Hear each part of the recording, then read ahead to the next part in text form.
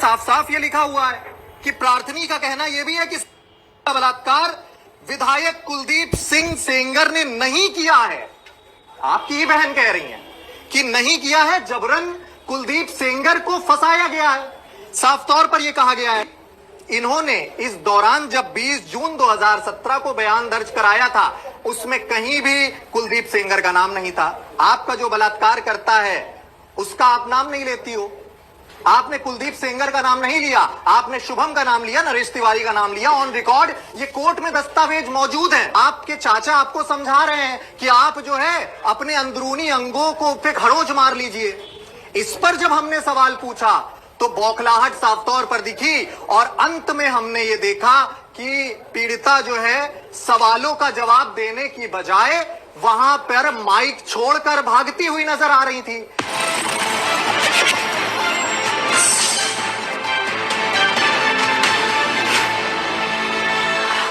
नमस्कार, मैं हूं आपके साथ विशाल कालरा।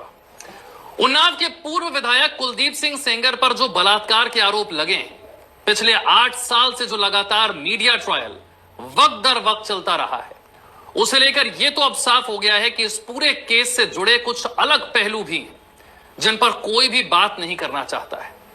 इसकी वजह बहुत सारी हो सकती है, लेकिन एफएम न्यूज लगातार इस पूरे केस को बारीकी से खंगाल रहा है। हम आप तक उन्नाव बलात्कार केस से जुड़ा वो छिपा हुआ सच लगातार आपके सामने लाने की कोशिश कर रहे हैं, जिन पर अगर खुलकर बात हो जाए तो शायद इस केस को लेकर आपके नजरिए में काफी हद तक बदलाव होगा। ऐसे ही केस से जुड़े तमाम हिडन और इंपॉर्टेंट इनपुट्स की ग्राउंड जीरो पर एक्टिव रहकर पड़ताल कर रहे हैं हमारे सहयोगी प्रियंक वाजपेयी, जो इस वक्त हमारे साथ न्यूज रूम से लाइव जोड़ रहे हैं।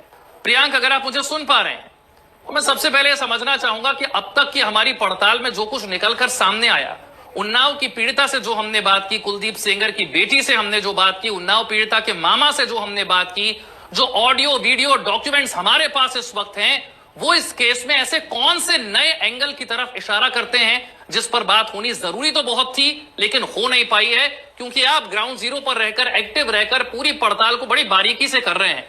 क्या बातें निकलकर सामने आ रही? देखिए विशाल, बिल्कुल ठीक बात है। इस पे बहुत सारे पहलू हैं।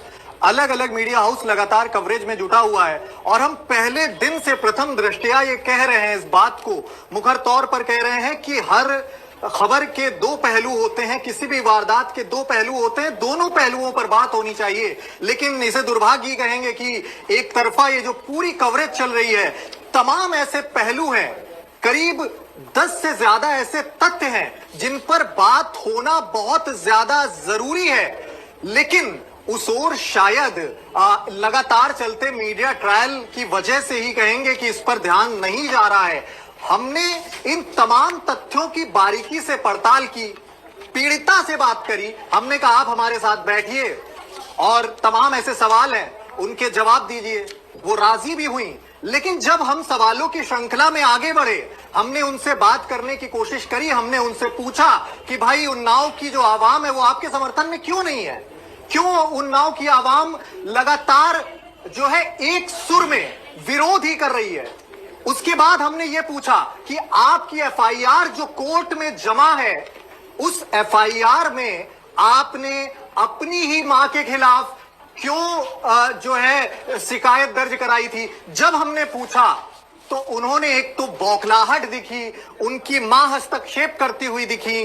उनकी मां ने ये कहा और साथ में सहमति पीड़िता भी दे रही थी कि ये जो एफआईआर है वो पूरी तरह से एआई जनरेटेड है, फेक है। हमने और ज्यादा पड़ताल करी, हमने कोर्ट से जुड़े जो वकील है उनसे वो कॉपी मंगाई, जो कि हम चाहेंगे कि वो जो एफआईआर की गई है रेप पीड़िता की ओर से स्क्रीन पर दिखाई जाए कि किस तरह एफआईआर में साफ साफ लिखा हुआ है कि उनकी मां ने जो है मारपीट करके जबरन जो है मारपीट करती थी और चाचा के उनका नाम भी जो है वो उसमें शुमार है। उन दोनों के ऊपर पीड़िता ने खुद गंभीर आरोप लगाए थे। इस तरह के तमाम जो है अलग अलग तथ्य हम लगातार उजागर कर रहे हैं। हमने सवाल किया कि वो जो ऑडियो वायरल हो रहा है, आपके चाचा जो है वो आपको सलाह दे रहे हैं। ऑडियो हालांकि हम पुष्टि नहीं कर रहे हैं, लेकिन कोर्ट में ऑडियो दर्ज है। वो ऑडियो में इस तरह की बातें की जा रही हैं कि आपके चाचा आपको समझा रहे हैं कि आप जो है अपने अंदरूनी अंगों को पे खरोच मार लीजिए। इस पर जब हमने सवाल पूछा तो बौखलाहट साफ तौर पर दिखी और अंत में हमने ये देखा कि पीड़िता जो है सवालों का जवाब देने की बजाय वहां पर माइक छोड़कर भागती हुई नजर आ रही थी। इस पर हम क्या समझें? उसके बाद हमने ये जरूरी समझा कि अगर दाल में कुछ काला है, हम इस पक्ष के समर्थन में लगातार कह रहे हैं कि निष्पक्ष जांच हो। अगर कुलदीप सेंगर दोषी है तो सख्त से सख्त सजा का हकदार है, ये हम लगातार कह रहे हैं।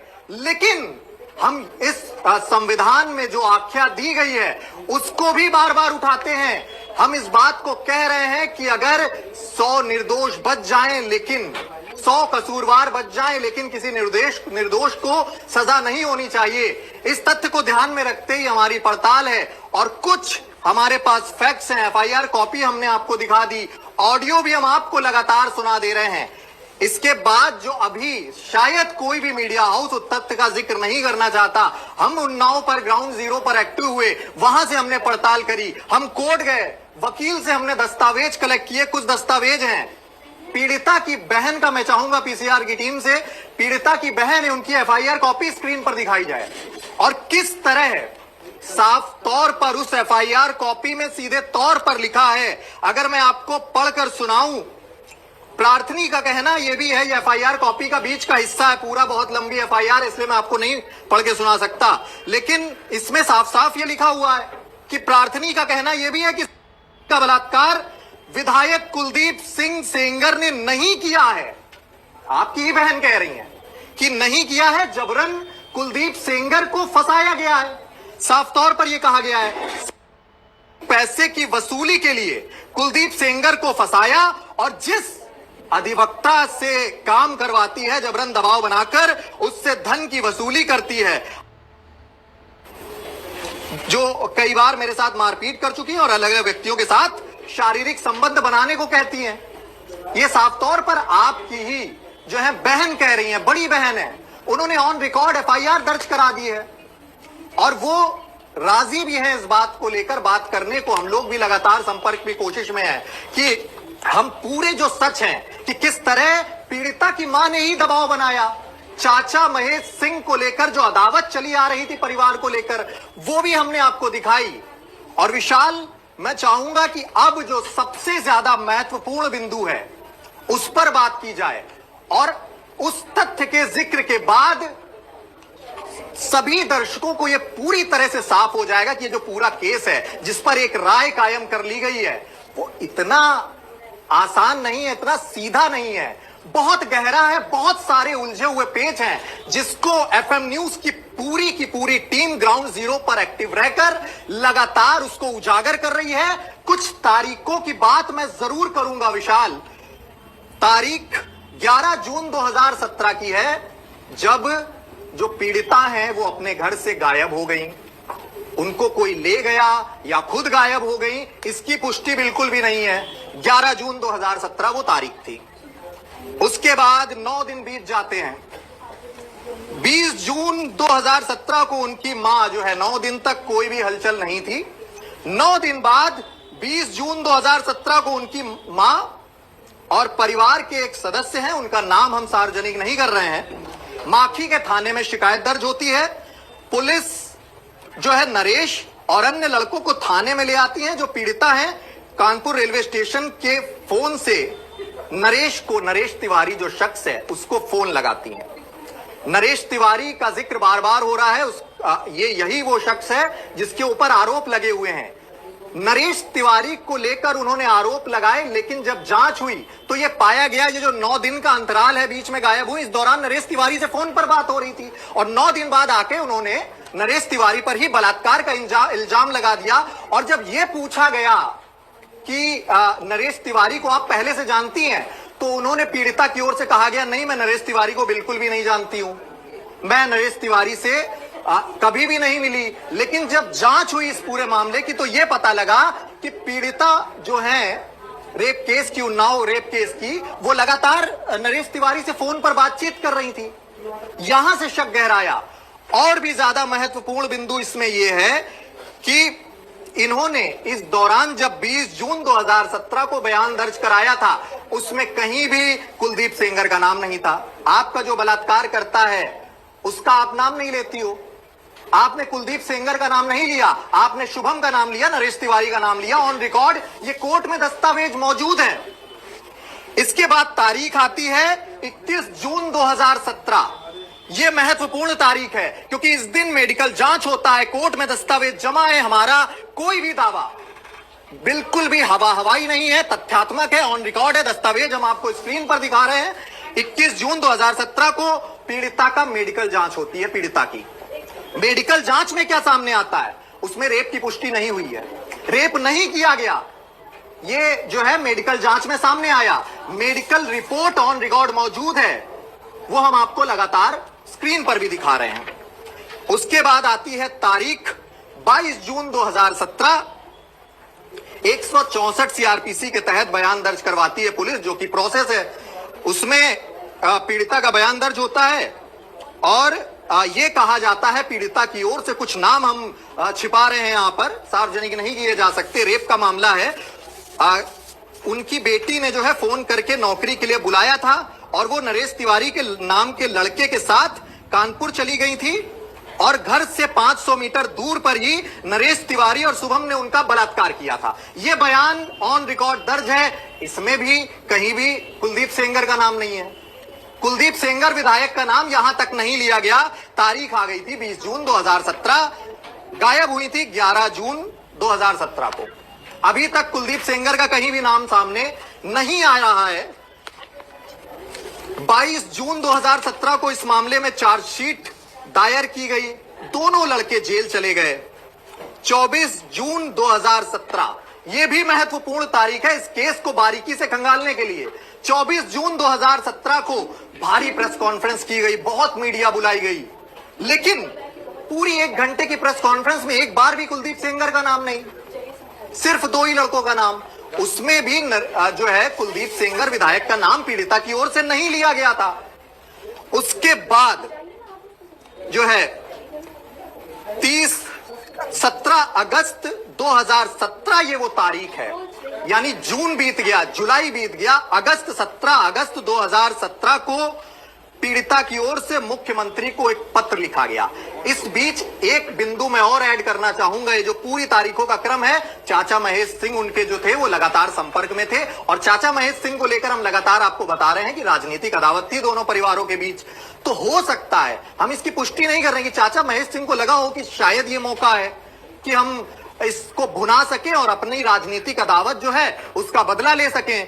तो 2 महीने बाद रेप पीड़िता को यह होश आया कि कुलदीप सेंगर ने भी तो मेरा बलात्कार किया था, उनका नाम 2 महीने पहले मैंने लिया नहीं, अब नाम शुमार करना है। तो वो मुख्यमंत्री को पत्र लिख के गई। उनके चाचा महेश सिंह उनके साथ गए जनता दरबार, वहां पर जो है अपने हाथ से ये पत्र दिया गया मुख्यमंत्री को। उसमें जो है अचानक से कुलदीप सेंगर का नाम तो ऐड कर लिया गया, लेकिन एक लंबा झोल यहीं से शुरू हो गया। कुलदीप सेंगर का नाम, उन्होंने कहा कि कुलदीप सेंगर ने मेरा बलात्कार किया है, लेकिन कब किया है? 11 जून को वो गायब हुई थी। लगातार हम दस्तावेज दिखा रहे हैं, लेकिन बलात्कार की तारीख है 4 जून। 4 जून को कुलदीप सेंगर ने उनका बलात्कार किया, ऐसा कहा गया है पीड़िता की ओर से। बयान दर्ज किए गए, तहकीकात शुरू की गई। अब समय पूछा गया कि भाई किस समय आपका बलात्कार किया गया था, बताइए, समय बताइए। तो समय को लेकर पीड़िता की ओर से यह कहा गया कि दोपहर 2 बजे हमारा बलात्कार हुआ है, कुलदीप सेंगर की ओर से। अब ये सारे दस्तावेज कोर्ट में मौजूद हैं, उस आधार पर ही हम आपको बता रहे हैं कि जब दोपहर 2 बजे का जिक्र किया गया पीड़िता की ओर से, तो मामले की जांच हुई। जांच में यह पाया गया कि उस वक्त दोपहर 2 बजे जो विधायक, पूर्व विधायक कुलदीप सिंह सेंगर हैं, वो एक उन्नाव के कार्यक्रम में मौजूद थे। कार्यक्रम की जो है पूरी लोकेशन, कॉल रिकॉर्ड, सारी डिटेल कोर्ट में जमा है। सीबीआई के पूरे दस्तावेज हैं जांच के। यह भी सवाल खड़ा होता, और यही सवाल हमने पूछा था जो रेप पीड़िता हैं तथाकथित, उनको, उनसे जब, और हमने तथाकथित इसलिए लगाया क्योंकि हमें संदेह हो रहा है, क्योंकि हमारे सवालों का जवाब नहीं मिला। हमारा आग्रह उनसे दोबारा है कि आप बैठिए हमारे साथ, हमारे सवालों का जवाब दीजिए आप। आगे की तारीखों का जिक्र करूंगा विशाल। 2 बजे का उन्होंने समय बताया, संदेह गहराया जब, और ये समय मैच नहीं खाया टाइमलाइन कि भाई उस समय तो विधायक, वो तो शायद हो सकता है कि चाचा की ओर से सलाह दी गई हो। समय बदलकर जो है 21 सितंबर आ गया। इस पूरी जांच में 1 महीना बीत गया, पशोपेश चल रही थी। 21 सितंबर 2017 को लड़की फिर से क्षेत्राधिकारी सफीपुर के कार्यालय पर मीडिया को इन्होंने इंटरव्यू दिया, प्रेस कॉन्फ्रेंस की, और इस बार समय बदलकर 6 PM कर दिया गया। मतलब दोपहर और शाम का, ये मैं समझ सकता हूं कि उस समय जो वारदात हो रही है तो समय टाइम ना देखा हो, लेकिन सुबह और शाम का अंदाजा किसी को भी हो सकता है। ऐसे एक बयान नहीं है प्रियंक, ऐसे कई सारे बयान हैं जो कि मेल नहीं खाते हैं। कुलदीप सेंगर उस समय वहां पर उनकी लोकेशन नहीं थी, उस टाइम पर नहीं थे। उनकी बेटी के पास पूरे सबूत मौजूद हैं कि उनकी लोकेशन कहां पर थी, वो कहां पर मौजूद थे। सोशल मीडिया पर ये पूरी जानकारी है। गैंगरेप में सहयोग करने की FIR में उनका नाम नहीं रहता है। दोनों परिवारों की जो है वो पुरानी रंजिश सामने आती है, और जो फैक्ट्स और जो डॉक्यूमेंट कुलदीप सेंगर की बेटी अब सामने रख रही है उसका जवाब उन्नाव की पीड़िता के पास मिलता हुआ नजर नहीं आता। और खासतौर से जिस तरह के दस्तावेज आपने सामने रखे हैं, जिस तरह से पड़ताल हमने आगे बढ़ाई है FM न्यूज से, ये बड़ी साफ बात है कि बहुत सारी ऐसी चीजें हैं जो कि मिसमैच हैं। और अब आखिर में मैं आपसे चाहूंगा कि आप बताएं कि अब किस दिशा में ये जांच बढ़े, या कौन से वो सबूत हैं जिन्हें ध्यान में रखकर अगर सुप्रीम कोर्ट फैसला सुनाता है ये, तो ये केस सही दिशा में जांच की तरफ या फैसले की तरफ आगे बढ़ सकता है, क्योंकि अब उम्मीद सिर्फ सुप्रीम कोर्ट से है, जहां से आने वाले दिनों में इसे लेकर फैसला आएगा। बिल्कुल ठीक है। और जो समय सीमा है उस पर जो हम कुछ ब्रीफ कर पाए अगर, तो 21 सितंबर को जो मैं बता रहा था कि लड़की ने 6 PM कर दिया, उसके बाद 4 जून को जो है समय उन्होंने 8 PM कर दिया। समय भी अलग अलग बताए गए। इसको लेकर जब हमने सवाल पूछा तो सवाल को लेकर वो बहुत ज्यादा भड़की हुई नजर आई, जिसको लेकर सवाल खड़े होना लाजमी है। एक सवाल हमने गंभीर और उठाया कि जो पूरे उन्नाव में बलात्कारी विधायक के पोस्टर लगे हुए थे, जब रेप पीड़िता दिल्ली में मौजूद थी, तो वो पोस्टर किसने लगवाए? इतना बड़ा व्यापक खर्च किसने किया? पोस्टर किसने चिपकाए? उसका नाम क्या था? इन सवालों को लेकर भी पीड़िता का मौन बहुत कुछ सवाल खड़े करता है। हम वो ऑडियो आपको लगातार दिखा रहे हैं जिसमें रेप पीड़िता के चाचा महेश सिंह लगातार उन्हें समझाते हुए नजर आ रहे हैं कि अपने अंदरूनी अंगों में छेड़छाड़ कर लो। ये जब ऑडियो इंटरनेट पर वायरल हुआ, इसको लेकर तमाम बातें होती रहीं, लेकिन इन सब पहलुओं से इतर हम आपका ध्यान एक वीडियो की ओर भी ले जाना चाहते हैं जिसमें रेप पीड़िता नजर आ रही हैं, एक तथाकथित पत्रकार उन्नाव में जो खुद को एक स्वयंभू पत्रकार बताते हैं वो मौजूद हैं। वो रेप पीड़िता को किस तरह समझाते हुए नजर आ रहे हैं कि आपको ये नाम लेना है, ये बोलना है। ये सारा वीडियो जो है एक मौके पर मौजूद वीडियोग्राफर ने रिकॉर्ड कर लिया था, जो कि एक्सक्लूसिवली हमारे पास आ गया है। अभी दुर्भाग्य ही इसको कहेंगे कि तमाम वहां पर ग्राउंड जीरो पर पत्रकार एक्टिव हैं, लेकिन ये वीडियो किसी भी मीडिया हाउस ने चलाने की हिमाकत नहीं दिखाई।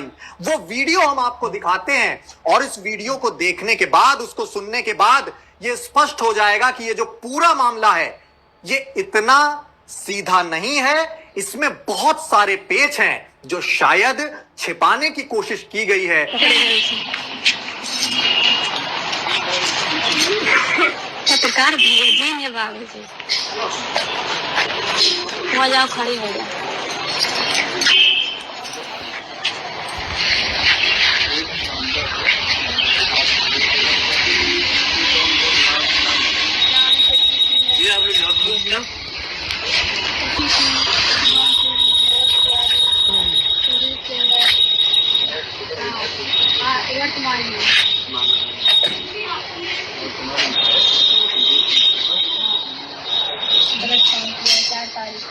बलात्कार उनके भाई ने को गोली मारी, और तारीख जिसका मैंने जिक्र किया 12 फरवरी को यह समय जो है इन्होंने निर्धारित किया कि बलात्कार 8 बजे किया गया, यानी दोपहर का समय जो है अब रात 8 बजे कर दिया गया। दिन और रात का अंदाजा नहीं था। क्या पीड़िता को ये बहुत बड़ा सवाल है। और इस तरह के बहुत सारे तथ्य हैं जो कि एफएम न्यूज लगातार निष्पक्ष तरीके से आपके सामने रखेगा। और अंत में ये मैं जरूर कहना चाहूंगा, जिस ऑडियो का पीड़िता की बहन का मैंने जिक्र किया एफआईआर कॉपी का, उसकी ऑडियो भी जल्द हमारे पास आ रही है। वो ऑडियो में बकायदा कह रही हैं कि नहीं किया है बलात्कार कुलदीप सिंह सेंगर ने। वो बहुत जल्द हम आपके सामने रखेंगे। फिलहाल अभी समय की सीमा है, उसको ध्यान में रखते हुए बहुत सारे तथ्य हमें रखने के लिए दोबारा जुड़ना है। और एफएम न्यूज की लगातार ये कवरेज जो है वो जारी है। जो सच है उससे जुड़ा हुआ वो हम यूं ही आपके सामने रख रहे हैं। विशाल, बहुत बहुत शुक्रिया प्रियांक। और एफएम न्यूज इस पड़ताल को जारी रखेगा, लेकिन फिलहाल जो डॉक्यूमेंट्स हमने आपके सामने रखे हैं, जो फैक्ट्स हमने आपके सामने रखे हैं, जाहिर सी बात है कि वो इस केस के रुख को मोड़ने की ताकत रखते हैं। और जब तक सच सामने नहीं आ जाता है तब तक हमारी ये मुहिम यूं ही जारी रहेगी। छोटा सा ब्रेक।